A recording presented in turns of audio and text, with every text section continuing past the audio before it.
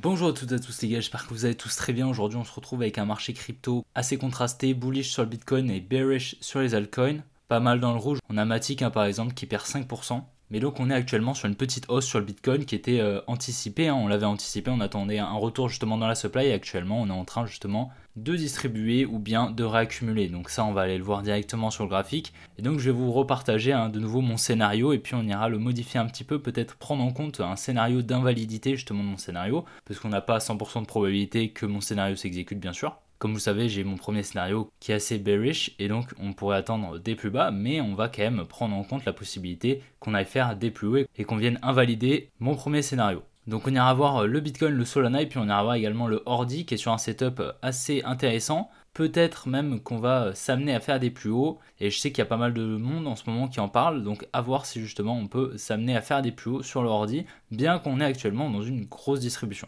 Donc les gars, j'espère vraiment que la vidéo vous plaira. Si c'est le cas, n'oubliez pas de la liker et de vous abonner si ce n'est pas déjà fait. N'oubliez pas de rejoindre les groupes Telegram, de faire un petit tour sur mon compte Twitter et puis de vous inscrire sur BitGet et sur Apex. Si vous souhaitez trader, vous avez des rabais directement sur les frais de trading, tout simplement directement en description. Et donc les gars, je vous embête pas plus. Allez, on est parti. Donc voilà, on est sur le Bitcoin actuellement, donc sur le week-end on n'a pas eu énormément de mouvements, on était dans ce range à peu près, donc entre les 45 300 et les 43 100, donc vraiment il n'y avait pas beaucoup de mouvements ce week-end. C'est normal, le week-end en général on n'a pas beaucoup de liquidités, les marchés traditionnels sont fermés, et donc ça fait qu'on a très peu de liquidités, y compris sur les cryptos. Donc comme vous le voyez, on était donc sur la formation d'un triangle de compression, comme ça, donc pour la dumb money, qu'on est venu casser d'une première fois à la hausse, liquider un tout petit peu, liquidation pas proportionnelle, une deuxième fois on est venu liquider ici, on est revenu à la hausse juste ici, puis ensuite on a eu une grosse liquidation au sud. Donc là pour le coup liquidation proportionnelle qui nous a créé des equal lows juste ici. Un support ici en fait pour la dumb money, c'est un support et donc pour nous c'est pas mal de liquidité qui se place juste dessous. Donc c'est une poche de liquidité pour nous qu'on va peut-être venir chercher justement si notre scénario bearish s'exécute parfaitement. Donc on était en train de créer donc une résistance et un support, littéralement un range, et qu'on a cassé à la hausse. Donc c'est assez intéressant, pour la simple et bonne raison que ici donc, on avait notre résistance, que je vais vous mettre en bleu, et on est venu la casser à la hausse, donc récupérer toutes les liquidités qu'on avait créées, on est revenu dans la supply juste ici, donc cette supply on l'a pas choisie n'importe comment, c'est la supply initiale du mouvement baissier et c'est justement grâce à ce mouvement haussier juste là qu'on a eu notre dernière injection d'ordre en vente de la smart money, donc notre dernier transfert main forte main faible.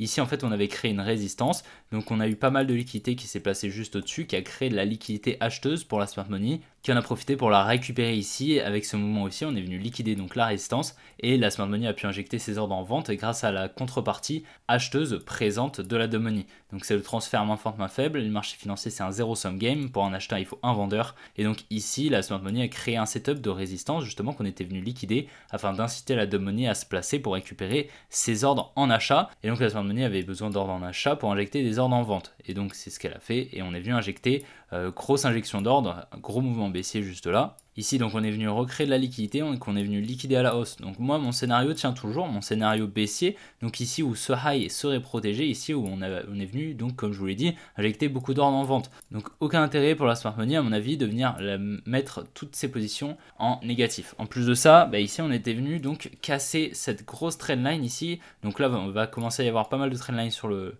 graphique, mais du coup je vais vous la mettre en vert comme ça vous allez pouvoir la voir un petit peu mieux. Donc voilà, je parle de la trendline verte, on est venu donc la casser à la hausse en même temps que la résistance, comme on peut le voir. Donc ici la dumb money est passée énormément bullish, donc ça fait qu'ici il y a beaucoup d'achats, transfert main forte main faible, la smart money peut en profiter justement pour vendre et injecter des ordres en vente. Donc ça c'est une possibilité justement, et donc c'est ce qu'on attend pour justement l'exécution de notre biais baissier. Maintenant ce qui est possible, étant donné qu'ici on est venu donc casser la trendline haussière, on avait cette trendline haussière donc du bas du triangle de compression pour la dumb money.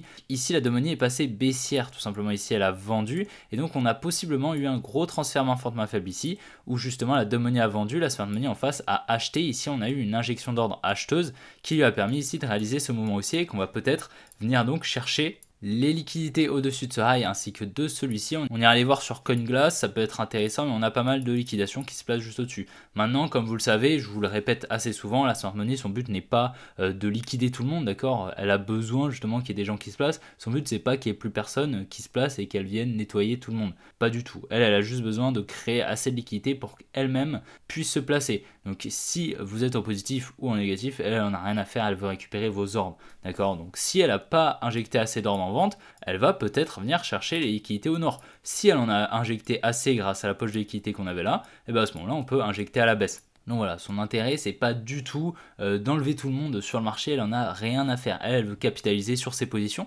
mais il faut qu'elle injecte justement ses positions. Il faut qu'elle injecte des ordres afin de capitaliser et de spéculer à la baisse si son order flow est baissier, tout simplement. Et nous, notre order flow, notre forecast est baissier. Et on avait parfaitement forecast donc la liquidation de cette résistance, donc avec ces equal high juste là, hein, avec ce high et ce high. Donc pour rappel, les equal high, c'est deux highs au même niveau qui nous a créé en fait cette résistance. Donc on avait parfaitement forecast dans les précédentes vidéos. Ça fait environ une semaine qu'on a eu cette liquidation, ça fait plus d'un mois que nous on l'attend et on l'a eu parfaitement avec une belle injection d'ordre à la baisse. Donc pour rappel, on a toujours cette trading range au sud qui détient énormément de liquidité et j'attends qu'on vienne la chercher. Personnellement, ça m'étonnerait qu'on n'aille pas la chercher et qu'on vienne chercher vraiment plus haut. Honnêtement, comme je vous l'ai dit dans les précédentes vidéos, j'alloue environ 5% peut-être de probabilité qu'on vienne casser la supply. Donc ici, c'est une supply en higher time frame, la supply rose, qu'on vienne chercher les 47 350. Ça m'étonnerait qu'on aille les chercher si on ne vient pas chercher la trading range. Honnêtement, 5% de probabilité selon moi, bien sûr. C'est selon mon analyse parce que pour moi, clairement, la smart money n'aura pas assez de liquidité. Ici, la trading range, c'est un niveau de liquidité énorme, d'accord? Au niveau ici de l'automatic rally de la distribution, donc je ne vais pas vous refaire toutes les phases de week off de la distribution, je vous les ai faites plusieurs fois dans les précédentes vidéos, si vous souhaitez aller les voir, n'hésitez surtout pas. Mais donc ici on a l'automatic rally de la distribution et on a vraiment beaucoup de liquidités qui se placent juste en dessous de la trading range. Donc si on doit réaccumuler, on viendra très probablement venir chercher la trading range pour ensuite réaccumuler ici et ensuite repartir à la hausse. Maintenant je pense qu'à court terme on va venir effectuer des plus bas. Donc je vais vous montrer un petit peu mon scénario à court terme. Ici donc on est dans la supply initiale du mouvement baissier à court terme, hein, je vous l'ai partagé juste avant, là où justement on a eu le gros transfert main forte main faible. Ici donc comme on peut le voir, ce qui est dommage c'est qu'on est venu chercher la trendline bleue que je viens de vous tracer, donc on est venu la chercher à la baisse. Maintenant comme vous pouvez le voir on est quand même assez lent, on n'a pas une très grosse injection d'ordre à la hausse, c'est pour ça qu'il est possible ici qu'on vienne réintégrer, liquider la trendline baissière qu'on a au nord juste là pour récupérer en fait les liquidités qui sont au-dessus de tous les highs ainsi qu'inciter la dumb money à se placer en achat et en face la smart money se place en vente justement et ici on serait en fait sur une grosse distribution. Donc c'est possible, c'est ce que j'espère et c'est ce que je pense parce que ça exécuterait notre biais. Mais on n'est pas du tout à l'abri donc d'exécuter le scénario que je vous ai partagé juste avant. Donc peut-être venir liquider à la hausse pour ensuite repartir et repartir à la hausse, venir effectuer peut-être un UTAD, donc venir chercher les liquidités au nord. Mais on n'ira pas liquider en tout cas au-dessus des 47 250, 350 il me semble. Ça m'étonnerait très fortement. Donc voilà, moi pour me placer, je vais attendre donc une liquidation au nord de la trendline juste là, avec un changement de structure ici dans cette zone, autour des 45 300 $, pour ensuite venir effectuer des plus bas. C'est ce que je pense va s'exécuter. Dans tous les cas, ce high n'est pas protégé, ça c'est quasiment sûr vu les liquidités qu'on est en train de créer. Ici en lower time frame on est venu donc créer des equal lows juste ici avec cette petite mèche, donc c'est pas des énormes equal lows, ils sont pas extrêmement visibles mais on a quand même les equal lows qui créent probablement de la liquidité tout de même. Donc on va surveiller ça de très près, mais comme je vous l'ai dit on a quand même possiblement une grosse injection d'ordre ici dans cette zone à la cassure de la trendline haussière juste là. C'est pour ça qu'on va quand même rester prudent, mais je reste toujours dans ce scénario baissier à très court terme tant qu'on ne vient pas chercher les 45 500 et à ce moment-là on viendra peut-être effectuer un UTAD, donc une deuxième liquidation de la distribution. Ici on a le Uptrust, donc première liquidation de la résistance et ici on pourrait donc venir chercher toutes les liquidités qu'on a juste là, venir effectuer un UTAD pour ensuite effectuer des plus bas. Et à ce moment-là, ce serait peut-être l'acceptation des ETF, ici Bitcoin,